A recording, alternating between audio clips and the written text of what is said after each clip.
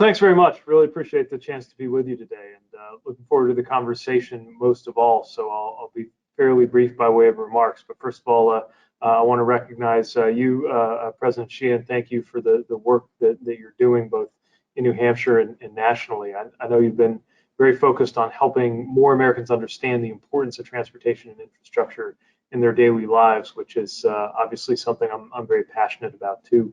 I want to thank Jim Timon, the executive director, and your entire team for the work that you do, and for bringing together this event, which is so timely this year. And I'll give a shout out to some of our terrific multimodal DOT leadership, who I think you're going to be hearing a little bit later on today from Stephanie Pollock, Amit Bose, and Nuria Fernandez. So I know that long before I got here, AASHTO has been a key partner to the department in helping us work toward an integrated transportation system, one that supports a good quality of life for everyone and is an economic engine for our nation. And I'm looking forward to joining in that partnership and working with you in that tradition. And I know that DOT needs to be a good partner in that relationship. So I'm eager and committed to working with leaders at every level, state, local, territorial, tribal, and federal. But I'm especially glad to be able to connect with you today to give people a voice and to make sure that we are being that good partner here at DOT. Obviously, it's early in my term, but my first order of business as secretary is to be out here listening to leaders like you who are actually doing the work and making sure I understand best how the department can be that good partner to you.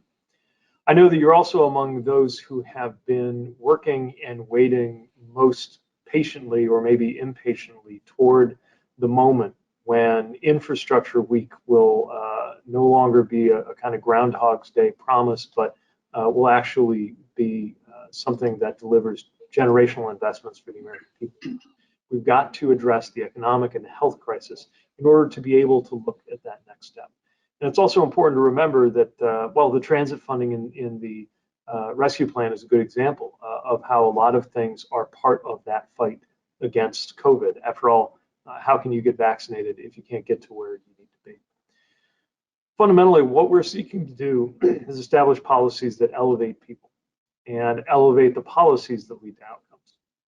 The president's made clear that safety, equity, economic growth, and combating climate change are pillars to everything this administration does, and that makes them central in our vision for the Department of Transportation here too. We recognize that the equity considerations in particular are more at stake in our day-to-day transportation policy than many Americans might realize. There have been policies, investments, and lack of investments that have served collectively to segregate and displace communities, especially low-income populations and communities of color, and have too often denied access to opportunity. We also have an opportunity to do something about that, though. This isn't just about inventorying past harms. It's about getting the future right. And across all of these priorities, equity, job growth, safety, climate, we have, I think, a historic opportunity in front of us. We know that the transportation sector is the largest source of greenhouse gas emissions. That also means it's the largest place where we can be part of the solution. That's why we'll be acting at DOT to achieve outcomes. And we know that we will be measured in how we achieve those outcomes. And I know the pressure that you are under to do the same. So without waiting for legislation to take us to the next level, we're already working in this regard. And one of our recent grant announcements is a good example. So for the next round of the infra discretionary grant program that we announced last week, DOT has made clear that part of what we're looking for is projects that address climate change and environmental justice. We'll be evaluating potential projects based on whether they were planned as part of a comprehensive strategy around things like climate change. And we're looking for projects that are designed to reduce transportation costs, to improve connections to underserved communities, to reduce barriers to opportunity. And we're looking for project sponsors who have completed the kind of equity-focused community outreach that makes sure that these projects are beneficial to all. As I'm sure many of you would have seen yesterday, FHWA has released guidance on the $10 billion in CRISA funding, so that you can go ahead and move into that resource to keep projects moving along. We know how critical those dollars are to keep so many critical projects going, and we understand that time is money, and so we're trying to help get ahead of the cost that would come with delay. This is about, of course, a lot more than dollars and cents. This is about our values, shared American values that are at stake, even in things that seem terribly technical, like the work that you and that I do day in, day out. And I think that's especially true with this opportunity to make a generational investment in American infrastructure and transportation. So we've got to make sure that everything we do drives toward those outcomes that we all want to achieve. A safer transportation network that connects all Americans, no matter their race or income, no matter if they're traveling in cars or trains or bikes or on foot or in wheelchairs.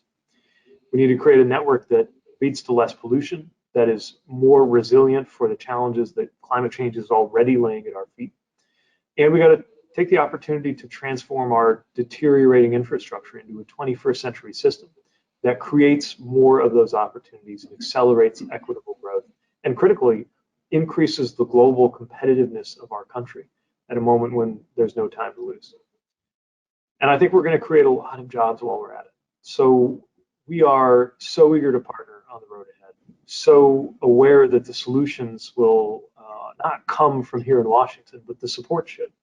And we know that the solutions are going to look different across different parts of the country, which is why I'm looking forward to hearing more from you and understanding better how you are building and modernizing and maintaining and where necessary transforming the networks that are entrusted to your leadership. So we see AASHTO as a key partner in all of this work. And with that, I'm looking forward to digging into the questions that are on your mind. Well, thank you, Mr. Secretary. We at AASHTO very much share many of the same goals as you have for your tenure as Secretary of Transportation. A key goal that was established in our recently approved strategic plan for the association was safety, mobility, and access for everyone. And so we're looking forward to working with you in those areas. But let's dig a little deeper. We do have some questions for you this afternoon. So first, I'm going to ask Secretary Jim Gray from Kentucky to pose the first question. Thank you, President Shannon. Mr. Secretary, good to see you. My question, Secretary, has to do with the long-standing relationship between the U.S. Department of Transportation and our state DOTs and our cities and towns and municipalities. Now, I got to see your work as a mayor myself, looking at South Bend and the transformation that occurred under your leadership. And that clearly had a lot to do with a vision about quality of life and the connection between quality of life and economic development and opportunity for everyone. So if you would just talk to us a little bit about this relationship, this long-standing relationship, and how it can be strengthened as we're going downstream. Well, first of all, Jim, it's great to see you, and I'm so delighted that you're in the statewide leadership role in Kentucky, because as big a fan as I am of the idea of mayors in Washington, I think mayors in statewide leadership are perhaps meeting an even more critical need because of that tug of war that sometimes goes on between the state and the municipal level. And I think you have an insight on that's so important that anybody who has that municipal background can bring. You know, much is made in the commentariat about the relationship between the states and the federal government, and I know it's in the spirit of that relationship that I'm here. But for my band, the most interesting dynamic in federalism really is with the locals. Around here, I found they use state and local. They say it like it's one word, like they're the same thing. But as you know, it's really across that distinction that so much of the interesting work happens. So I think what we need to do is, first of all, make sure that the department is a great partner, both with respect to our state counterparts and in a way that gives us that kind of service window to municipalities where appropriate. And you know, you're going to continue to see discretionary grant programs like infra, which is now on the street, build that can go directly to municipalities. We're encouraging them to apply for the kinds of multimodal projects that are important, both as infrastructure and as economic development. And you know, at the same time, we have, especially with FHWA, these great relationships where we've got a regional footprint on the US DOT side, interacting with the state departments. And it's really out there that we're hoping for your help in making sure that we're plugged in appropriate ways, directly with the states where that makes the most sense, and directly with the municipalities where it makes the most sense. Because the more bottom up, the better, to the extent that it can be harmonized as part of a bigger plan.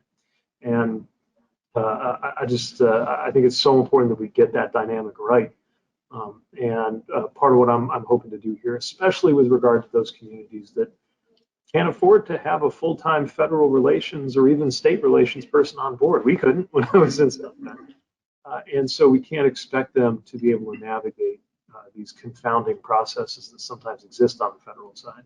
And often you at the state level can help mediate that. But we should be a little more user-friendly so that you don't have to. Great seeing you. Thank you, Jim. Our next question comes from Joe McGinnis, the Commissioner of the Indiana DOT.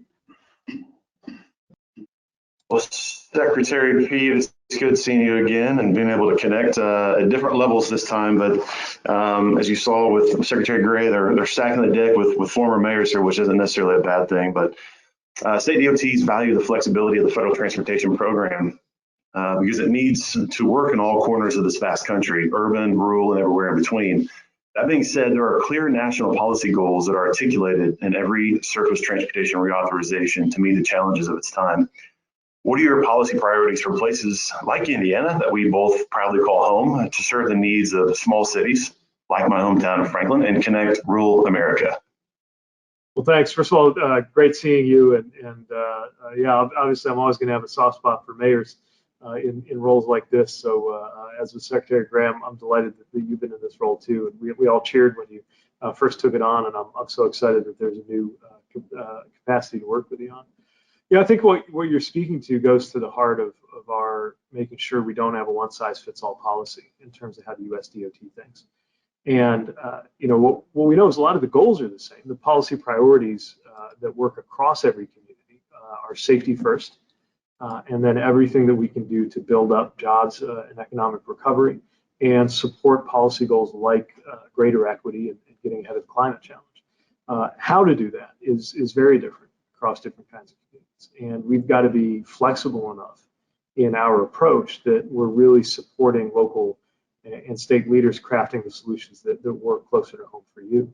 One of the things that we really pushed during my time as mayor was making sure that smaller communities could have access to some of the ideas and the opportunities that we're seeing in the biggest cities. I mean, Complete Streets is a great example, right? I think it originally was viewed as a big city kind of thing. Yeah, that makes sense around Times Square maybe, but that's not relevant to us in a place like Indiana. And what I wanted to prove was that there could be benefits if we understood it in the right way, benefits to applying these principles in smaller communities and in communities much smaller than South Bend too.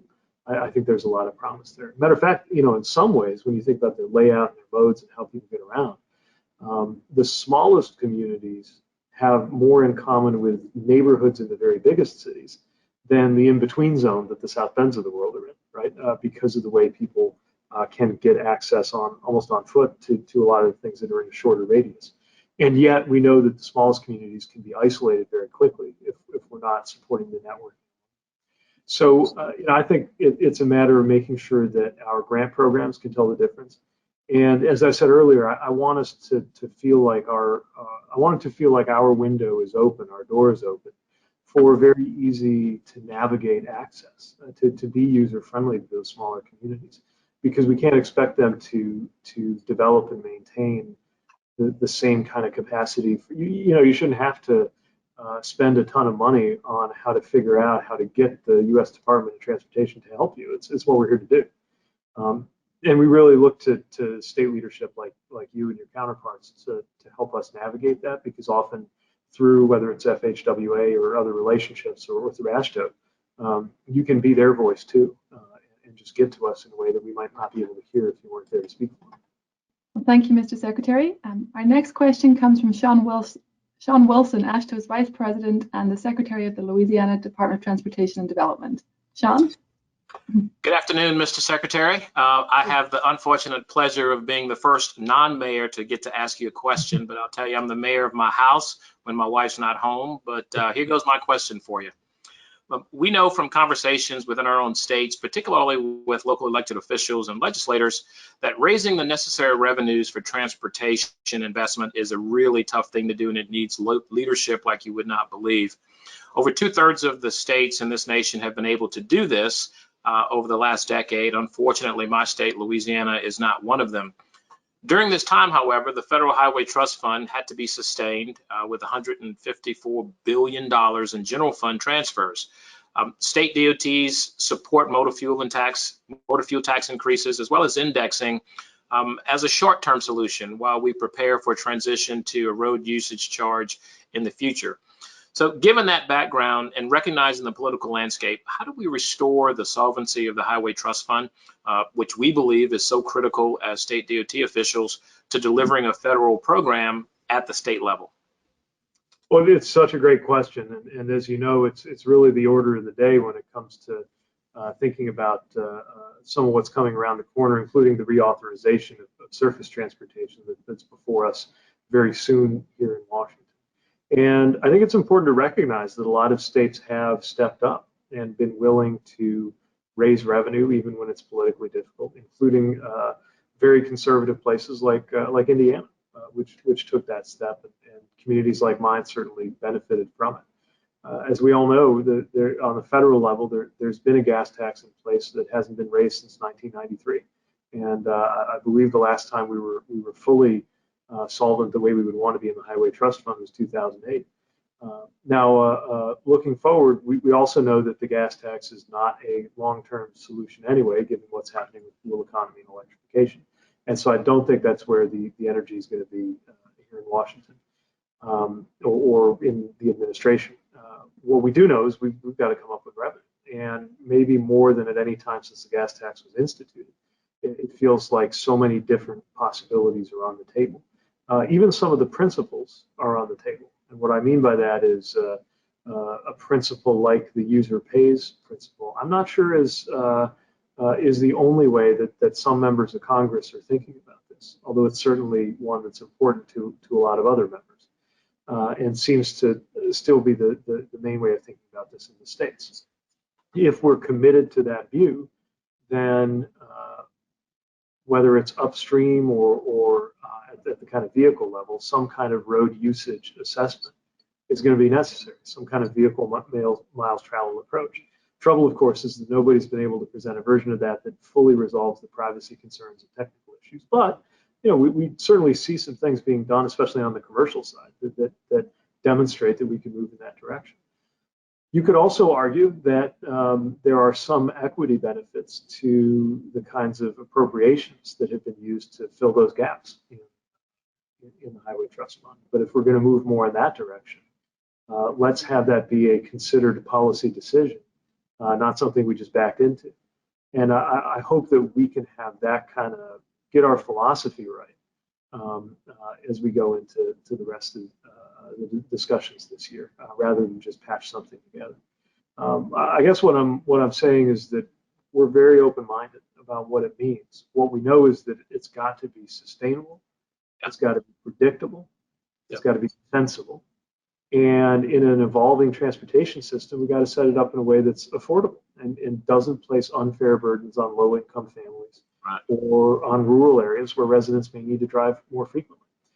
So those are the considerations that need to be at play. The good news is with the states, we have 50+ different models about how you all have stepped up to handle your side of the equation, often more responsibly than has happened on the federal side. And we should learn from all of those experiences too, while recognizing that the future of the revenue side is not going to look like the past. Well, thank you. We look forward to being a part of that discussion with you. Thank you. Likewise. Mr. Secretary, I know your time is precious, but let's try and squeeze in one or two more questions. So the next one comes from Diane Gutierrez-Cachetti, who is the Commissioner of the New Jersey DOT. Diane? Thank you, President Sheehan. Mr. Secretary, it's such a pleasure to get to speak with you. States across the nation invest more in public transportation than the federal government. States also fund 28 intercity passenger rail services that carry approximately 1/2 of all Amtrak riders nationwide, in addition to supporting the Amtrak national network in the Northeast Corridor, like we do here in New Jersey. Many state DOTs also operate short-line railroads, airports, and harbors. Clearly, we need an all-of-the-above approach when it comes to transportation modes to meet mobility and accessibility needs. How do you plan to use the important levers at US DOT, like policy and funding, to help further advance our multimodal transportation system that state DOTs have worked hard to develop? Well, thanks for such a great question, and it goes to the heart of what I believe is the right approach here at DOT, which is to think multimodal, and for us that means thinking across silos sometimes within our own organization too. And as you point out, many state authorities and local governments have no choice but to think multimodal, and yet we don't always reflect that in our on the policy side, and that's one of the things I'm seeking to make sure that we're on top of, because on the funding side, we've got to make sure that the DOT is a reliable partner. And again, when you look at the multimodal programs like Build and Infra, part of why they're set up the way they are is to encourage that multimodal work. We got to make sure that those are allocated in a way that's prioritized and that makes sense to you. And I also am really eager to see the ways that FAA, MARAD, FRA, FHWA, and FTA are working together, and they're committed to doing that. We're not in a command and control out of my office kind of way, but in a way that makes sure that that they are integrated in terms of the way that they interact with state partners like you, because we don't have the same level of support in some of these different modes. We talk about the rail picture. We were just a moment ago speaking about the concern about the Highway Trust Fund not being fully funded. The problem with the National Railway Trust Fund, of course, is that there isn't a National Railway Trust Fund. And so there's even less predictability and certainty there. And that's something else that I think we might have a once-in-a-generation opportunity to weigh in the process going forward with Congress. And it will be especially helpful to get your input, not only in the regular cycle of grant programs, where I know such excellent work has been done in this building to gather that multimodal vision, but at the policy level and the legislative level to make sure that those tools have the full backing of an act of Congress. And this is a once every few years moment to do that too. Mr. Secretary, if you'll indulge us with one more question. Our last one comes from Tokes Omashakin, the Director of Caltrans. Tokes? Thank you, President Sheehan. Secretary Buttigieg, good to see you again, and congratulations again on your confirmation earlier this month. Thank you for earlier reaffirming your commitment to issues like equity and climate change, but not just only reaffirming it in words, but also with the recent grant announcement, the infra grant announcement, talking about the commitment to equity and climate as well. We have DOTs are embracing both of these issues more and more, but specifically on climate for a second, if you could help us. There's a role that we play, that we strongly believe we play when it comes to climate. OEMs are doing more with emissions and tailpipes and CAFE standards. But at DOTs, we're owners and operators of the system, so there's a lot that we can possibly do from an infrastructure standpoint. So where do you think state DOTs can have the largest or the best or the most impact when it comes to emissions reduction and climate change? Thanks for the question, and it's good seeing you. And let me thank you again for your leadership role in the transition work, which helped prepare me for this job. So I'm glad to be reunited. Absolutely. What you're speaking to, I think, is so important, because this has to be not only a whole of government, but an intergovernmental approach. So, what's happening in the administration is a true coordinated whole of government setup that I think is new, even compared to previous administrations that took climate change seriously. The role that Director Gina McCarthy is playing, for example, setting a table where NHTSA and EPA are in the exact same conversation about what needs to happen with clean cars, helps us to be speaking with one voice as a federal administration, which hopefully in turn makes it more consistent and easier to plug in and no pun intended, and relate at the state and local level. Because we know that if we're looking at things like increasing access to EV charging, right, identifying where to do that, maybe even linking that to the areas where the power sources are the most low carbon or emissions free, making sure that actually makes sense for people. I mean, this really needs to be driven with insights from closer to the ground. And if we're going to meet the president's goal of 500,000 new charging stations, we've got to build on the work that you've already been doing. The other thing I think is important is, yes, we got to decarbonize driving and electrify cars, but there's so much more to it than that. And land use decisions, what we're doing with mode shifting, making it easier and safer to walk and bike. All of these things go together. Certainly making sure that trains and transit get the right kind of support, making sure that public transit is not just decarbonized, but is more frequently used. Being ready for the very real possibility that for all of its wonders, the automation of driving could actually lead to more cars on the road if we're not creating a lot of alternatives quickly. And so these are the kinds of things that call for really thorough strategy, which we hope to support with nudges in the form of the criteria of our grants and the kinds of research that sometimes can only be done with federal support. But that has to join with bottom-up strategies that are validated by local and state government, and sometimes without wading into the toughest issues of federalism, knowing that you're speaking from California, sometimes it's states leading the way and the federal government catching up, and that's not necessarily a bad thing. So all of the above is going to be necessary for us to actually achieve net zero emissions by 2050. And really the do or die moment for that 2050 goal is the 2020s. This is the deciding decade for all of that. My plea is for us to think about this across every silo you can think of, not just within transportation, but beyond it, because these are housing questions, these are, of course, energy questions, these are justice questions, and all of those have to be stitched together into a big picture around what it's actually going to take to be proud of our climate work in an integrated fashion when we look back on how the 2020s began. Thank you for that response. Really appreciate it. Look forward to partnering with you on it. Likewise. Thank you. Well, thank you, Mr. Secretary, for spending time with us today and for being willing to take so many of our questions. On behalf of the AASHTO Board of Directors, let me say that we look forward to working with you and your modal administrators. We heard from congressional leaders yesterday, and then hearing your remarks today, I think there's tremendous optimism in our industry right now.